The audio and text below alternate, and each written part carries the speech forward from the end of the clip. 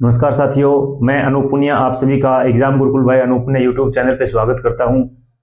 जैसा कि आपको पता, हम पॉलिटी पढ़ रहे हैं और पॉलिटी की सीरीज में हम भाग 4 यानी directive principle of state policy, राज्य के नीति निर्देशक सिद्धांत के बारे में पढ़ रहे हैं। और उसमें हम सबसे पहले तो directive principle of state policy यानी राज्य के नीति निर्देशक सिद्धांत के बारे में जो बेसिक बातें हैं उनके बारे में देखा।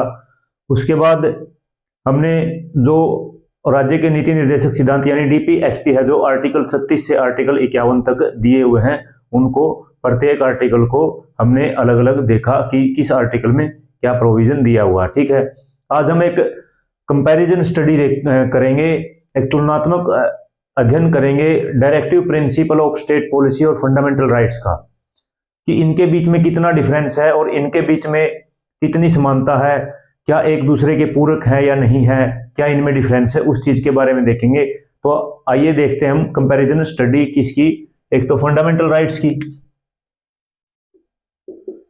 मौलिक अधिकार की, और एक डीपीएसपी यानी directive principle of state policy की।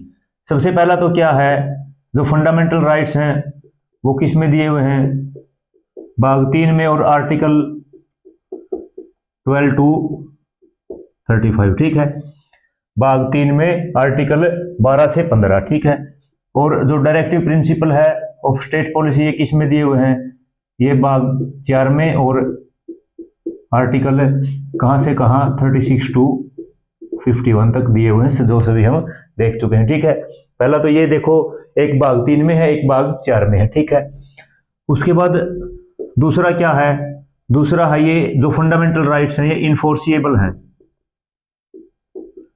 यानी प्रवर्तनीय हैं, और जो डीपीएसपी है वो नॉन इनफोर्सिएबल है, नॉन इनफोर्सिएबल है, या जस्टिसिएबल भी इसकी जगह लिख सकते हैं, यानी अप्रवर्तनीय, अप्रवर्तनीय है। ठीक है, फोर्सिएबल इनफोर्सिएबल का मतलब क्या है, फोर्सिएबल वो है जिनको लागू करवाने के लिए आप न्यायालय जा सकते हो, आप कोर्ट का सहारा ले सकते हो। इनफोर्सिएबल, नॉन इनफोर्सिएबल का मतलब क्या है, जो क्या है जिसको आप लागू करवाने के लिए न्यायालय का सहारा नहीं ले सकते। इसके लिए एक और लिख सकते हैं जस्टिसिएबल, जस्टिसिएबल भी लिख सकते हैं इसके लिए, या यहां पे नॉन जस्टिसिएबल भी हो सकता है। ठीक है, जस्टिसिएबल, नॉन जस्टिसिएबल ये लिख सकते हैं इनको। ठीक है, तीसरा क्या है, जो फंडामेंटल राइट्स हैं, जो मौलिक अधिकार हैं, वो पॉलिटिकल डेमोक्रेसी को प्रमोट करते हैं, एस्टेब्लिश करते हैं। सभी चीजें हम पहले देख भी चुके हैं। एस्टेब्लिश्ड पॉलिटिकल डेमोक्रेसी यानी किसको, राजनीतिक लोकतंत्र को, राजनीतिक लोकतंत्र को क्या करते हैं, प्रमोट करते हैं, एस्टेब्लिश करते हैं। और जो डीपीएसपी है, डीपीएसपी किसको, एस्टेब्लिश्ड किसको, social and economic, social and economic democracy यानी सामाजिक और आर्थिक लोकतंत्र, आर्थिक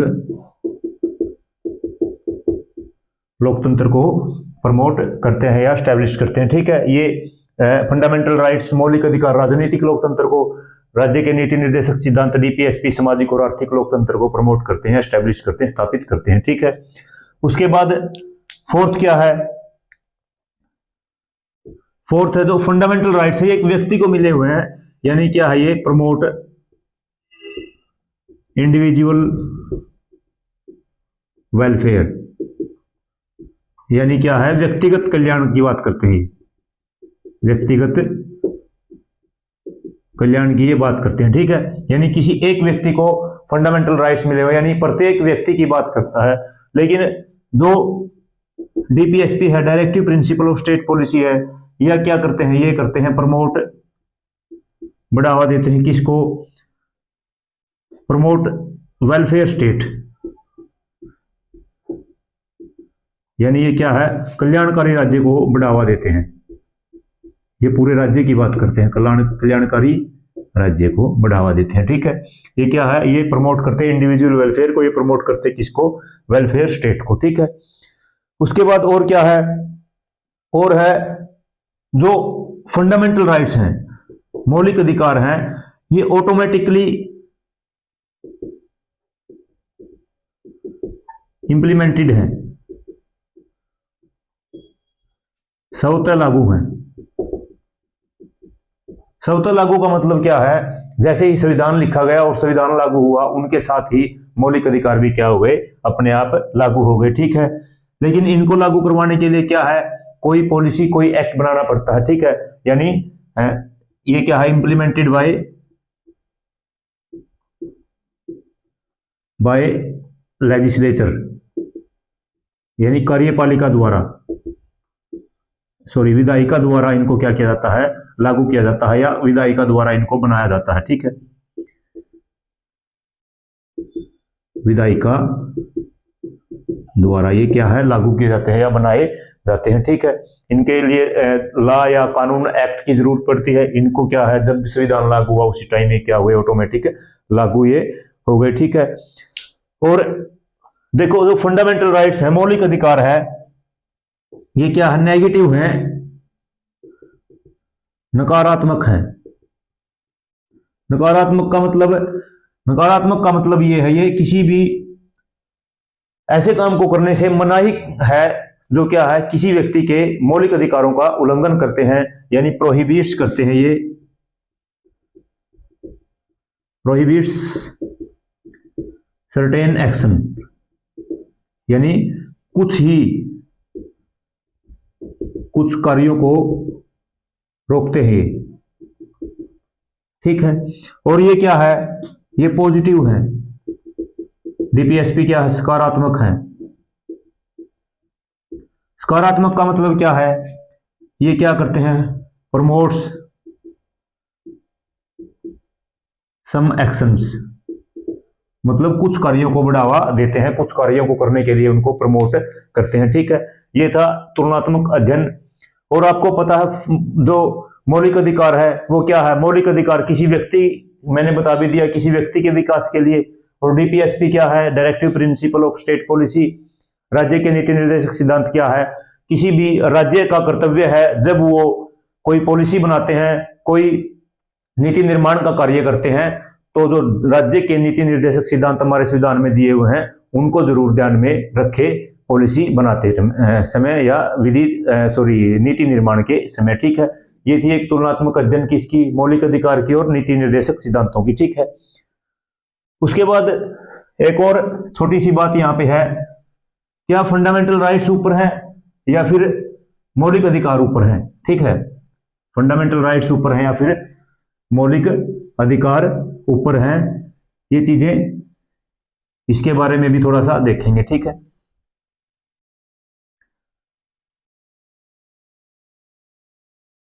एक केस आया था चंपकम दोराई राजन केस 1951 में। ठीक है, चंपकम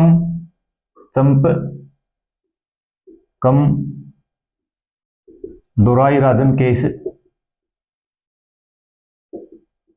1951 में आया था। ठीक है, 1951 में आया था। इस केस में ये बोला था जो फंडामेंटल राइट्स हैं, जो मौलिक अधिकार हैं, वो राज्य के नीति निर्देशक सिद्धांत से ऊपर है। ठीक है, मैंने ये ग्रेटर देन का साइन लगा दिया। ठीक है, जो मौलिक अधिकार है वो राज्य के नीति निर्देशक सिद्धांत से ऊपर है। ठीक है, यानी फंडामेंटल राइट्स को राज्य के नीति निर्देशक सिद्धांत से ऊपर रखा जाएगा। ठीक है, लेकिन यहां पे क्या था, कुछ बातों में कन्फ्लिक्ट होने लग गया, कुछ बातों में एक दूसरे का विरोधाभास होने लग गया। कैसे, जैसे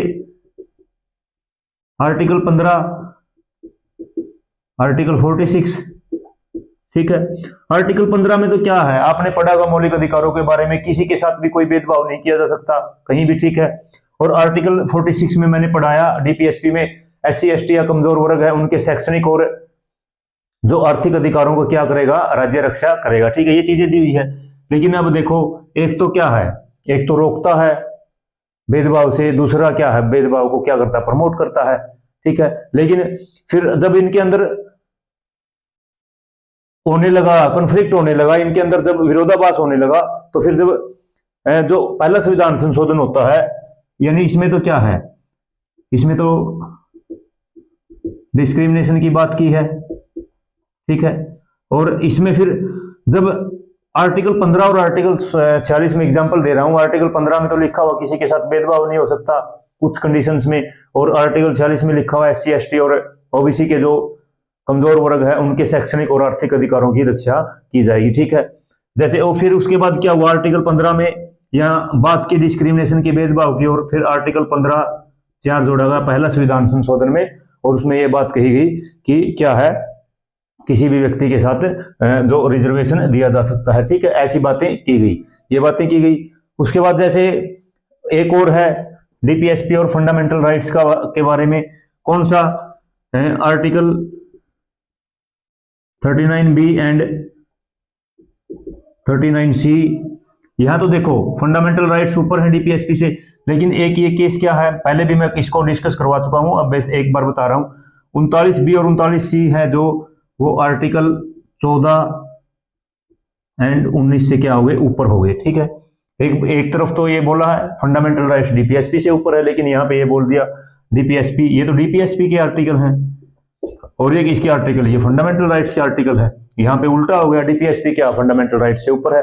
तो सिर्फ और सिर्फ यही दिया हुआ है जो आर्टिकल 39B और 39C। आर्टिकल 39B में लिखा हुआ है जो संसाधनों का जो मीन्स ऑफ प्रोडक्शन है उसका क्या है, और जो उसको समाज के हित में उसका समान वितरण किया जाएगा, ठीक है, आर्टिकल 39B में। और 39C में है जो उत्पादन के संसाधन है और धन है वो कुछ लोगों के हाथों में संकेंद्रण होने से रोका जाएगा, उसको कुछ लोगों के हाथों में इकट्ठा होने से रोका जाएगा, ठीक है।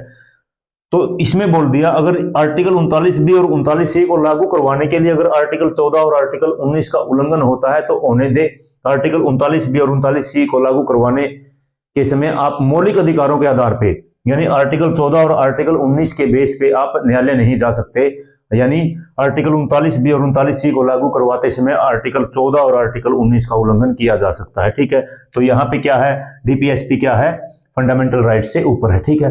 लेकिन अगर टोटली बात करें तो DPSP और फंडामेंटल राइट्स हैं जो कॉम्प्लीमेंट्री है एक दूसरे के, यानी सहायक हैं, ठीक है। क्या है, सहायक है। अब देखो ये देख लिए, ये तो एक दो बातें थी मैंने बता दी। उसके बाद फिर आप देखते हैं कौन से आर्टिकल बाद में जोड़े गए, मूल संविधान से के बाद में जोड़े गए, क्योंकि मूल संविधान में के बाद आर्टिकल जोड़े गए। जैसे कौन सा जोड़ा गया, आर्टिकल 39A है, आर्टिकल 43A है, 43B है, 48A है, ये जोड़े गए, ठीक है। 39F है, ये जोड़े गए थे। तो सबसे पहले 42वां संविधान संशोधन में 42nd कॉन्स्टिट्यूशनल अमेंडमेंट एक्ट 1976 में, ठीक है। इसमें कौन से जोड़े गए थे, इसमें जोड़े गए जैसे 39A, आर्टिकल 39A, इसमें लिखा हुआ है जो फ्री लीगल एड की बात की गई है, ठीक है, equal justice and free legal aid इसमें लिखा गया है। उसके बाद 43A में लिखा हुआ है, क्या लिखा हुआ 43A में, 43A में लिखा हुआ कि जो इंडस्ट्री के मैनेजमेंट में वर्कर्स की भी क्या होगी, पार्टिसिपेशन होगा, भागीदारी होगा, ठीक है। उसके बाद जैसे 48A में लिखा हुआ है protection of environment, wild life, forest, यानी वन्य जीव की जो जंगल है उनकी, और जो हमारे पर्यावरण की क्या है उसकी सुरक्षा क्या है, राज्य का क्या होना चाहिए, राज्य का कर्तव्य होना चाहिए, ठीक है। 48A है। उसके बाद जैसे 39F है, 39F में क्या लिखा हुआ, 39F में लिखा हुआ किसी भी बच्चे के विकास के लिए उसको गरिमापूर्ण जीवन का क्या है, अधिकार है, ठीक है। तो ये किस में जोड़े गए, ये जोड़े गए 42nd कॉन्स्टिट्यूशनल अमेंडमेंट एक्ट। उसके बाद 44th कॉन्स्टिट्यूशनल अमेंडमेंट एक्ट, 44वां संविधान संशोधन 1978 में होता है, इसके 2 साल बाद इसमें जोड़ा गया आर्टिकल 38 सब क्लोज 2, आर्टिकल 38 सब क्लोज 2। इसमें क्या लिखा हुआ है, इसमें लिखा हुआ है इनइक्विलिटी जो मिनिमाइज करना, किसकी, इनकम की इनइक्विलिटी को, यानी आय की जो असमानता है, स्टैंडर्ड ऑफ लिविंग की असमानता है, उनको क्या करना, मिनिमाइज करना। उसके बाद जैसे 97वां संविधान संशोधन कॉन्स्टिट्यूशनल अमेंडमेंट एक्ट 2011, इसमें क्या जोड़ा गया, इसमें आर्टिकल 43B जोड़ा गया, जिसमें क्या है, कोऑपरेटिव सोसाइटी है। ये तो याद ही कर लो आप, कोऑपरेटिव सोसाइटी। जब जब कोऑपरेटिव सोसाइटी यानी सहकारी समितियों का जिक्र होगा तब तब आपको क्या याद आना चाहिए, 97वां संविधान संशोधन 2011 याद आना चाहिए। ठीक है, तो ये जो डीपीएसपी है, directive principle of state policy है, ये बाद में जोड़े गए, मैंने लिखवा दिए। 42वां संविधान संशोधन में आर्टिकल 39 है, 43B, 48A, 39 सब क्लोज एफ है ये, सॉरी, क्योंकि 39 में A to F है। ठीक है, 39 में क्या है, A to F है, तो ये किस में जोड़ा है, ये बाद में जोड़ा गया। 44वां संविधान संशोधन में 38 क्लोज 2 जोड़ा गया, जिसमें लिखा हुआ किसी भी बच्चे के विकास के लिए उसको गरिमापूर्ण जीवन का अधिकार है। और 97वां संविधान संशोधन में 43B जोड़ा गया, जिसमें लिखा हुआ है कोऑपरेटिव सोसाइटी को प्रमोट किया जाएगा राज्य के द्वारा। ठीक है, उसके बाद मैंने कल भी बताया, पिछली वीडियो में बताया था कि इनको आइडियोलॉजी के आधार पर डिवाइड कर दिया डीपीएसपी को। किसके आधार पे, आइडियोलॉजी के आधार पे डीपीएसपी को डिवाइड कर दिया। ठीक है, यानी क्लासिफिकेशन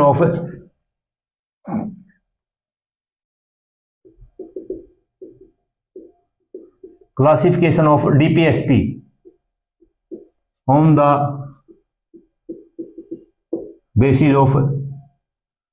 बेसिस ऑफ आइडियोलॉजी, यानी विचारधारा के आधार पे, विचारधारा के आधार पे इनको क्या कर दिया, डिवाइड कर दिया। ठीक है, विचारधारा के आधार पे 3 प्रकार से इनको डिवाइड किया गया। ठीक है, सबसे पहले सोशलिस्ट, जिसको समाजवादी बोलते हैं। ठीक है, सोशलिस्ट यानी समाजवादी। समाजवादी में कौन से हैं, जैसे आर्टिकल 38 है, आर्टिकल 39 है, 39A है, 41 है, 42 है, 39A है, 41 है, 42 है, 43 है, 43A है, 43A है, जैसे 47 है। ठीक है, क्या है, 47 है, ये जोड़े गए। उसके बाद दूसरी विचारधारा कौन सी थी, गांधीयन या गांधीवादी, गांधीयन या गांधीवादी विचारधारा। ठीक है, गांधीयन या गांधीवादी विचारधारा में कौन से जोड़े गए, जैसे 43 है, 43B है, 46 है, 47 है, 48। इनके बारे में आप सभी के पास है, मैंने इसलिए बाद में करवाया ताकि ये फिर जल्दी से करवा जा सके। बस ये बता दें कि जो सोशलिस्ट कौन से हैं, आप जहां पे अलग अलग नोट किए हो, जैसे 38 के ऊपर लिख लेना सोशलिस्ट है, 39 के ऊपर ऐसे ही लिख लेना। ठीक है, तो गांधीयन गांधीवादी कौन से हैं, 43, 43B, 46, 47, 48। ठीक है, उसके बाद अगले हैं लिबरल या वेस्ट, मॉडर्न वेस्ट भी जिसको हम बोलते हैं, लिबरल या उदारवादी।